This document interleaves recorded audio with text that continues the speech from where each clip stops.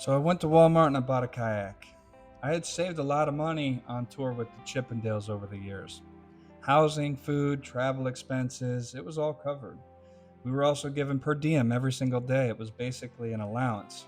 So all of the salary I was making, it went straight to the bank. I saved every single penny and I had a healthy chunk of change to sit on while I figured out this new COVID world of mine. So what started out as fun in the sun on top of the water soon took a turn towards what was under the water. I would regularly paddle by a 28-meter hole in the ground that would always catch my attention. I would do what I thought at the time was monster dives, and I was realistically only achieving about 10 to 15 meters on these dives, but if anybody asked, I was diving a lot deeper than that.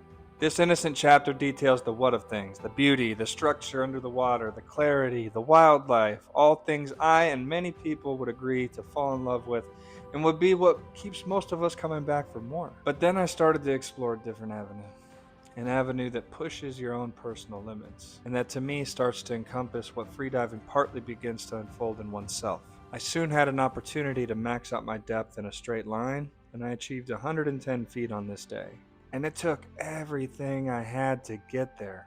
I hit 70 feet, I hit 80 feet, I hit 90 feet, I hit 100 feet. I maxed out at 110 feet, and it took everything that I had. And I don't remember being too excited about actually getting there.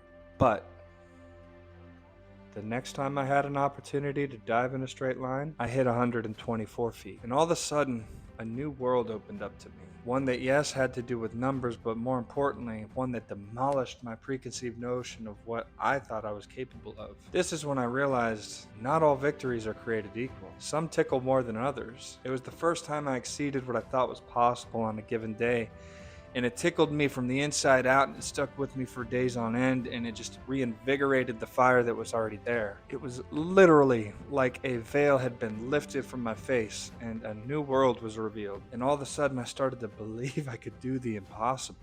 This was my journey into madness. I began making bold claims that I would break the world record. Not only break it, but destroy it. I meant it.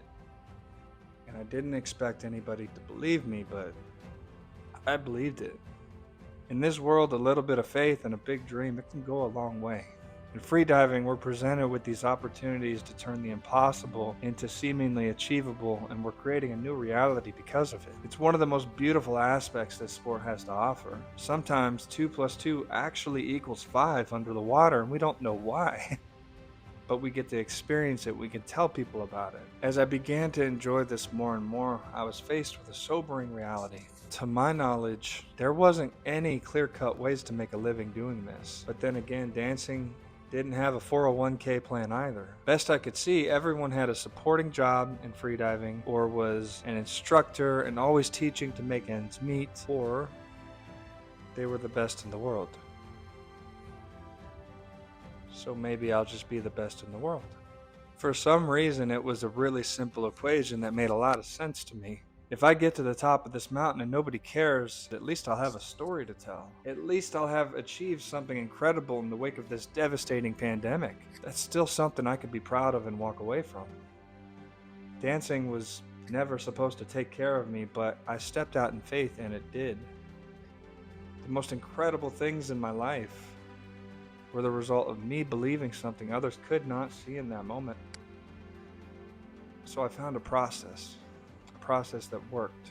In the beginning, it involved traveling to places that were deep enough, that had at least one world-class freediver that I could train with or alongside, and of course, people that could watch my back while I trained.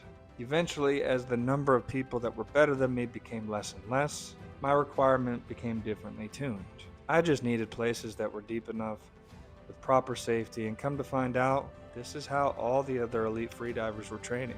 This, coupled with the fact I didn't have any distractions, job, cat, dog, girlfriend, kids, wife, that was basically a competitive advantage in this world of freediving. I had no distractions. I could train 24/7 with no distractions. This simple algorithm, in fact, it worked effectively and from the very beginning. I was getting better regularly, consistently, and achieving first ever moments in this sport's history. On my first ever dive of my first competition ever, I successfully dove 100 meters and made it back to the surface and received a white card. To my knowledge, and many others, I am the first person to have ever done this, and still the only person to have done this.